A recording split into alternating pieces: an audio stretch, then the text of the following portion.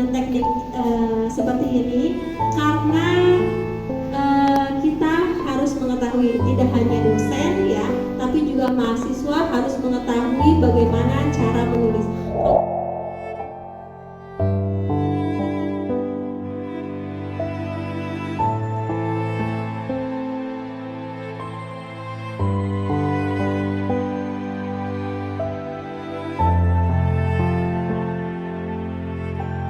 Selamat mengikuti BIMTEK ini. Semoga, saya yakin, bukan semoga banget, saya yakin ini sangat bermanfaat sekali untuk kalian semua.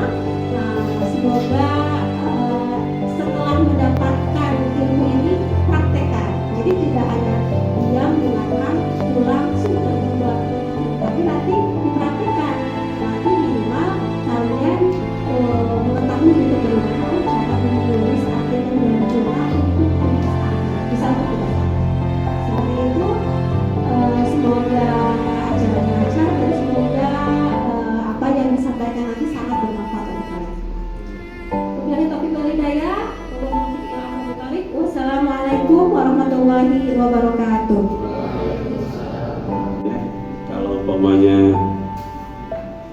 tentang penulisan gelar ya, gelar di umpamanya Dr. Sofa Sofia Alawi. Jadi kalau ketentuannya kalau sedikit aja sedikit sih. Kalau umpamanya linear dari S1-nya umpamanya insinyur A, jurusannya A, S2-nya jurusannya A, linear.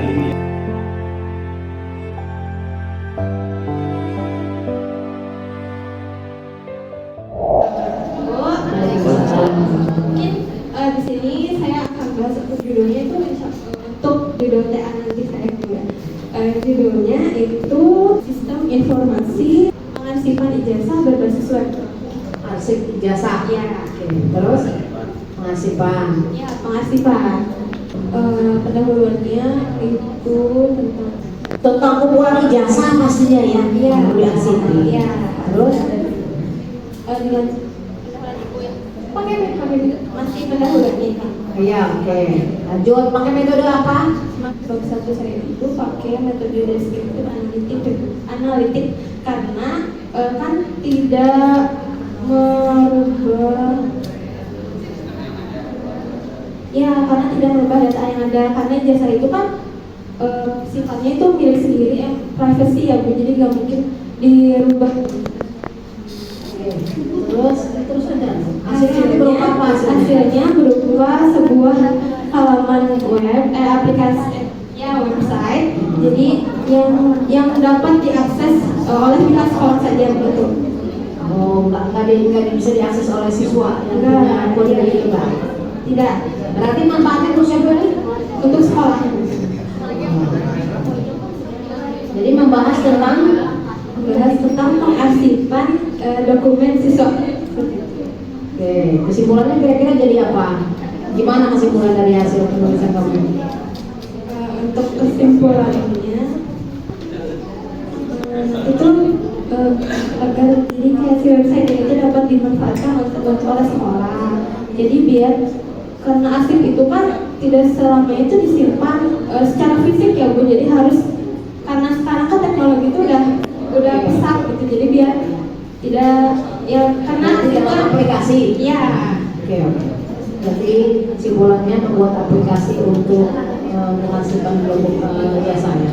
Ya. Referensinya kira-kira dari siapa? Kamu tahu referensi siapa yang punya pakai arsip? Ada salah satunya itu dari sistem informasi, judulnya ya Bu, Sistem Informasi Arsip Ijazah untuk bidang tata usaha SMK Muhammadiyah 1 Padang. Oke. Penulisnya itu Anggi Novita, Thompson Mary, sama Ade Pratama. Oke, cukup. Tepuk tangan dulu buat Waalaikumsalam. Kalau untuk dari judul sudah bagus, kemudian mungkin dari segi pengetahuan nanti ada sedikit diperdalam kembali. Jadi nantinya itu mungkin lebih ke literasi itu referensi apa? Kenapa sih lo sampai mengambil yang sistem informasi tentang kearsipan tersebut? Kemudian metode penelitiannya, mungkin kalau metode penelitian kalau biasanya gitu kan, kalau yang sudah itu dilihat ada yang menggunakan waterfall. Nah, kalau yang yang basic tadi itu nanti itu lo pakai yang mana? Apakah waterfall kah ataukah yang SDLC?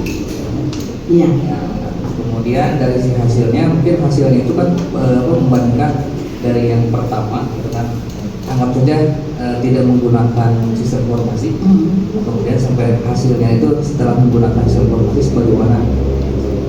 Nah kemudian hasilnya juga kalau misalkan memungkinkan, jadi bukan hanya dari bukan hanya dari teknik saja, tapi siswanya juga bisa membuka sendiri juga. Hanya khusus siswanya saja. Jadi ketika yang punya Nur hanya Nur aja, bukan yang lain enggak. Nah, kemudian dari segi pembahasan juga nanti mungkin kan sisi informasi tersebut melalui website. Websitenya itu apakah nanti Nur itu menggunakan itu, kalau misalkan menggunakan framework, pakai framework apa? Kalau misalkan menggunakan framework, kalaupun misalkan tidak menggunakan framework, menggunakan native itu mungkin bisa diperjelaskan. Dari segi kesimpulan, mungkin kesimpulannya juga ini tadi ya dari hampir sama dengan hasil. Nah yang tadi itu masih sama dengan hasil ya, sama dengan hasil. Dan ini sementara mungkin ya. Kesimpulannya misalkan yang tadinya tidak computerized dari computerized. Nah kemudian kalau memang ada kekurangan di pembahasan dan sebagainya, itu bisa ditambahkan di kesimpulan. Mungkin nanti bisa jadi referensi untuk adik tingkatnya nanti. Nur ini sudah membahas mengenai tentang sistem informasi dan kearsipan, tapi kurangnya di ininya, saya lebih menambahkannya di yang kekurangan itu. Baik, terima kasih Pak Jia. Tepuk tangan buat Pak Jia. Lengkap ternyata, lebih lengkap. Pendahuluannya yang pertama, KRS Online itu merupakan salah satu proses transaksi mahasiswa dalam menempuh proses mata kuliahan. KRS ini dilaksanakan setiap awal masuk perkuliahan sebelum perkuliahan itu dimulai. Terus metodenya menggunakan kualitatif dan kualitatif sama kuantitatif. Terus metode pengembangan perangkat lunaknya pakai apa? Kenapa Bu? Pengembangan perangkat lunak pakai waterfall. Dengan waterfall. Waterfall. Oke, lanjut. Hasilnya nanti berupa apa? Hasilnya berupa pengembangan sistem informasi untuk mahasiswa dalam proses pengisian KRS online. Sistem informasi berarti ya. Terus pembahasannya yaitu pembahasan sistem KRS online ini merupakan salah satu proses untuk mempermudah mahasiswa dalam pengisian KRS online, di mana salah satu tujuan juga untuk meminimalisir terjadinya kebocoran data dan terjadinya manipulasi data, dan untuk mempermudah admin kampus dalam proses pengumpulan data. Berarti ada sisi manfaat untuk mahasiswa dan akademik ya? Ya. Kesimpulannya, sistem informasi KRS online berbasis web ini dilaksanakan setiap awal perkuliahan atau sebelum masuk perkuliahan. Berbentuk web. Ada referensinya yang diambil? Referensinya ada Bu, baru cuma saya dapat satu. Ya, apa tuh tentang analisis dan perancangan sistem pengisian kartu rencana studi KRS jurusan Teknik Informatika dan Sistem Informasi Kampus Santri Abeng University, disusun oleh Desi Septiani, Parapita Dwi Larasati dan Adirawan dari Aplikasi Informasi System and Management ISM. Lebih baiknya kamu sudah menggunakan metode, maka cari proses informasi dengan metode yang akan kamu angkat ya. Oke, tepuk tangan. KRS online. Oh, KRS online. Berbasis web. Boleh dicantumkan, boleh enggak ya pemrogramannya? Judulnya Sistem Informasi KRS Online ya, intinya yang berbasis web. Ini judulnya sudah fix seperti itu, Pak? nanti itu kan yang dibandingkannya itu yang dia seperti bapaknya tadi ya, pendahuluan itu kan karena selama ini sistem KRS-nya itu masih manual gitu ya. Jadi nanti dipaparkan dulu. Jadi kalau ada menarik sebuah judul, yaitu di sini menariknya apa sih? Ada permasalahan kan? Ada permasalahan bahwa sistem KRS di AMIK ya PAT Purwakarta ini masih berbasis manual. Berjalan itu masih manual itu kan apa akar permasalahannya. Jadi ketika kita membuat penelitian yang harus dilakukan itu yang pertama kali itu adalah masalah seperti yang tadi Ibu Dokter sampaikan. Setelah ada masalah dicari akar permasalahannya apa saja. Tadi kan yang pertama masih manual. Terus selain masih manual apa lagi? Itu dicantumkan. Manipulasi data. Memang kalau manual bisa di-active begitu. Jadi ada dua orang mahasiswa yang mengisi dua, sehingga ketika nanti pas perekapan itu ada dua nama mahasiswa, iya baik. Jadi semua permasalahannya itu nanti di pendahuluan itu diungkapkan ya, yang sampai dengan mengkerucut ya, sampai ketika sudah mengkerucut bahwa ini memang harus ada treatment gitu kan, ada treatment atau apa sih yang harus saya lakukan dengan sistem yang kurang bagus ini. Oh iya, treatment dari saya itu saya mau menggunakan website, ya itu bagus sekali ya. Nah mudah-mudahan dengan sistem website ini nanti di manfaatnya itu tidak hanya bisa diakses oleh mahasiswa itu sendiri, tapi sama pihak kampus, sama pihak mahasiswa atau pihak yang terkait yang membutuhkan data tersebut. Iya. Kemudian untuk metode penelitiannya ini harus dipikirkan baik-baik. Ini metodenya mau deskriptif kualitatif atau deskriptif kuantitatif. Ya jujur ya Bu ya, saya sendiri gitu. Karena hitung-hitungannya kurang ya. Tapi itu kan sebenarnya ada sistemnya ya pakai SPSS gitu ya, nanti dibantu ya. Jadi hanya masukin data itu muncul dengan sendirinya. Ya nanti ini bisa dibimbing sama Bapak dosen ya. Oke, untuk kesimpulannya tadi sistem informasi KRS yang berbasis web. Jadi itu yang kesimpulannya. Jadi diharapkan nanti di AMIK PT Purwakarta ini semuanya sistem KRS-nya sudah berbasis online, KRS online dan berbasis web. Kalau boleh usul di sana kan itu menganalisis. Ya, menganalisis kan? Gak apa-apa dicantumkan saja di sini. Analisis begitu ya, sistem analisis dan perancangan atau perancangan, analisis sistem informasi KRS online PT berbasis web begitu ya. Begitu Ibu mungkin ya. Terima kasih Ibu. Waalaikumsalam. Judul yang saya ambil itu Sistem Informasi, Presensi Kehadiran dan Pengelolaan Cuti Pegawai di SMK YPK Purwakarta. Pendahuluannya itu kehadiran pegawai dan pengelolaan cuti pegawai juga menjadi dua aspek penting dalam pengelolaan sumber daya manusia yang efektif.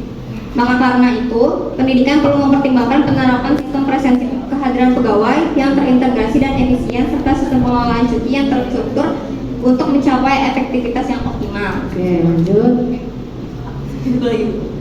Pendahuluan terus apa tadi? Metodenya menggunakan deskriptif analitik.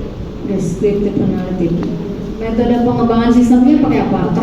Waterfall lagi. Gak ada yang lain apa ya? Ya, terus hasilnya berupa apa? Hasilnya berupa aplikasi berbasis web, aplikasi kehadiran presensi, ya, dan pengelolaan cuti. Contohnya apa? Terus berarti pembahasannya tentang apa? Presensi kehadiran dan pengelolaan cuti pegawai. Oh, cuti juga? Ya. Presensi kehadiran dan cuti ya? Ya. Itu bisa dijadikan satu apa enggak ya? Nanti panjang kali lebar juga nih, tapi ya nggak apa-apa, coba aja. Berarti kesimpulannya apa? Kesimpulannya kira-kira atau kesimpulan singkatnya apa? Kesimpulan singkatnya?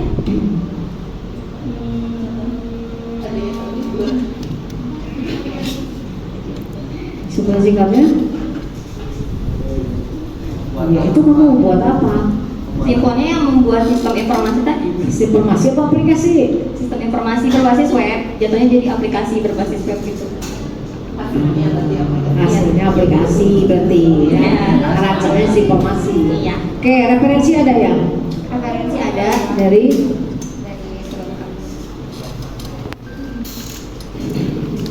Perancangan Sistem Informasi Absensi dan Cuti Karyawan pada PT Pinus Merah Abadi oleh Rahmat Komarudin. Oke. Judulnya sangat menarik sekali ya, karena kalau kita kaitkan dengan zaman digitalisasi sekarang, absensi kemudian cuti itu memang sudah waktunya, betul. Sudah waktunya untuk menggunakan sistem. Jadi si karyawan itu menggunakan self service gitu. Ya, jadi harus tahu nih latar belakangnya sekarang itu kenapa tidak presisi gitu ya. Harus kita lakukan dulu latar belakangnya kenapa, kemudian mengapa tidak terjadi tidak sesuai gitu ya antara kalau misalnya saat ini Pak Pijer atau apa gitu. Sorry yang nanya siapa? Sistem yang berjalannya pakai apa? Sekarang saat ini apa? Manual. Gitu ya. Oh, kalau sekarang tuh tahapannya sudah sangat ketinggalan itu. Iya, Ya. betul. Kalau sekarang terus terang kebetulan di tempat saya sudah menggunakan GSS, Oh iya. Employee Self Service. Itu udah pakai face pincher sekarang. Bukan lagi Retina mata. Yes. Udah nggak lagi pincer gitu ya. Nah itu jadi harus pastikan dulu latar belakangnya kenapa. Kemudian sebenarnya di situ harusnya bisa menggunakan metode kuantitatif juga, ya. Karena di situ ada data. Jadi data itu diolah juga. Menurut saya bisa double metode di sini, kualitatif dan kuantitatif. Dan itu akan menjadi keren, ya. Oke, jadi mudah-mudahan dengan kesimpulannya pun bisa memberikan manfaat kalau sebaiknya dengan sistem itu akan membantu artinya sesuai gitu ya dari sisi antara actual dengan absen dengan actualnya begitu. Paling begitu aja yang bisa Iya, terima kasih Bu Imel. Maka tepuk tangan buat Bu Imel. Anda sudah di-review itu ya. Jadi ini saya beritahukan kepada seluruh dosen dan narasumber pada hari ini bahwa semester 6 itu sedang mengikuti masa bimbingan klasikal manajemen dengan saya kebetulan. Nah kemudian perjalanannya dalam 8 kali pertemuan harus sudah siap untuk mengikuti seminar proposal judul semprot begitu. Nah, saya sering menegaskan bahwa ini terima kasih kepada reviewer ya. Jadi ada pencerahan lah kira-kira dan semuanya juga memang itu. Saya sering menegaskan bahwa menurut metodologi riset bahwa yang harus dimunculkan pertama kali adalah identifikasi masalah itu, bukan judul, bukan. Tapi rata-ratanya benang kita itu judul gitu. Nah, tapi nggak boleh lah. Gaya prokem itu mendahulukan judul, tapi tetap nanti dikembalikan betul tadi poin-poin yang harus diterapkannya. Umpamanya salah satunya latar belakang harus memunculkan fenomena betul. Mengapa bisa judul itu menjadi nyentrik atau menarik itu karena menganalisa, memperhatikan fenomena. Begitu maka mudah-mudahan ini nyambung begitu Bu. Jadi nyambung dan umpamanya ada local convention AMIK ini, maka dosen pembimbing, dosen penguji juga harus tadi kan betul panduan. Jadi kalau panduan itu menjadi bagian daripada hukum, maka kalau mau menyusun karya ilmiah harus betul-betul ilmiah. Salah satunya umpamanya di panduan itu ditentukan local convention, yaitu penulisan judul berdasarkan bentuk piramida terbalik. Ada kan penulisan judul berdasarkan centering. Nah yang dianut oleh local convention AMIK piramida terbalik. Kalau tidak diikuti, ya Kalau salah satunya tidak mengikuti, maka berarti tidak atau tidak valid, ya, tidak sesuai dengan aturan. Umpamanya fontnya menggunakan Time New Romance 12, lalu sampai enaknya sendiri umpamanya, pakai yang lain, itu tidak ilmiah nantinya, karena melanggar aturan hukum lokalnya. Jangan kata itu di sana, oh jangan ya, manut dan kemudian taat kepada aturan lokal yang ada di AMIK ini. Barangkali itu atau tambahan, jadi apa namanya, memang harus sinergis ya, antara pembimbing, penguji, dan kemudian mahasiswa. Kenalkan, nama saya Muhammad Hani dari Mas Karyawan Bu. Ada satu pertanyaan mungkin yang apa namanya, hal apa Bu, dalam kendala apa yang pernah Ibu Sofa alami ketika membuat jurnal yang agak mungkin stres begini? Terima kasih. Satu hal yang baru kita merasa asing ya. Anggap aja itu bukan kendala tapi yang asing dan belum terbiasa, ya kan?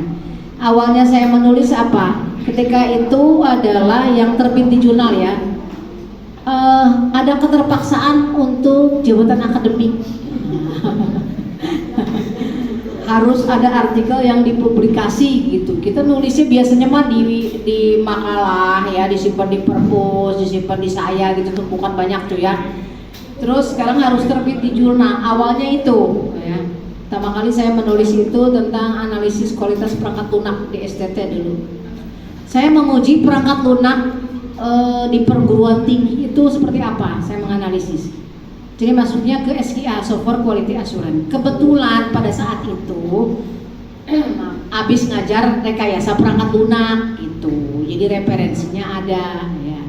Boleh-boleh aja kayak gitu bikin. Terus dengan kondisi yang memang keterbatasan kita memiliki pengetahuan hanya sebatas itu boleh, tapi terus dimulai dan dimulai jangan sampai berakhir gitu. Kendalanya apa? Di review kendalanya, di review berkali-kali. Pertama kondisi reviewnya adalah review template. Kedua plagiarisme. Waktu itu saya plagiarismenya 30%, 35%. Kan dulu mah belum ada zaman aplikasi plagiarisme ya nurunin. Saya gimana nih kan nyarinya. Jadi ganti-ganti kata-kata. Para proses sekarang kamu mudah loh. Misalnya dapat plagiarismenya 35, kamu cari aplikasi para prase, udah diganti semua, jadi dia 5%, 10%. Dulu kan nggak ada, jadi rubah lagi, ya kan? Di review lagi, masih 25%, 27, turunin lagi, ya itu kan lumayan kalau merangkai kata gitu ya. Nah terakhir ada trik dari teman ibu, coba tabelnya dikasih border, nah ya kan? Tabel dikasih border, digambar sendiri gambarnya, ya kan? Dengan gayanya kita. Nah, akhirnya lolos 10%. Sebenarnya sih bukan kendala, tapi itu pelajaran penting buat saya bahwa menulis itu jangan copy paste.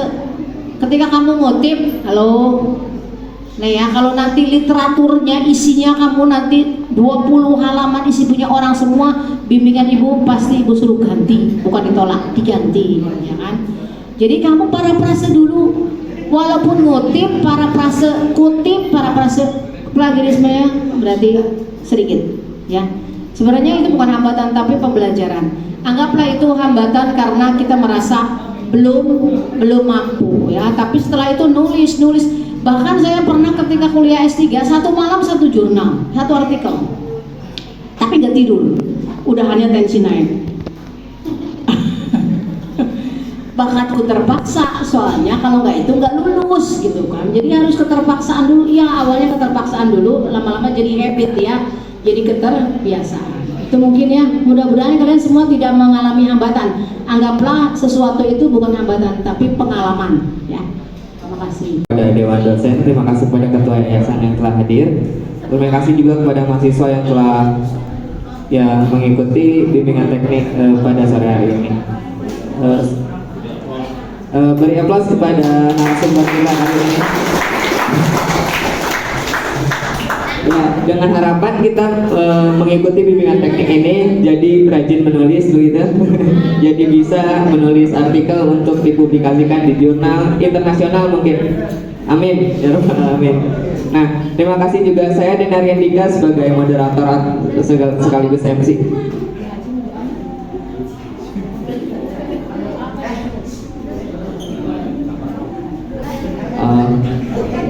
Terima kasih.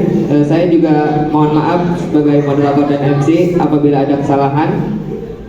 Wassalamualaikum warahmatullahi wabarakatuh.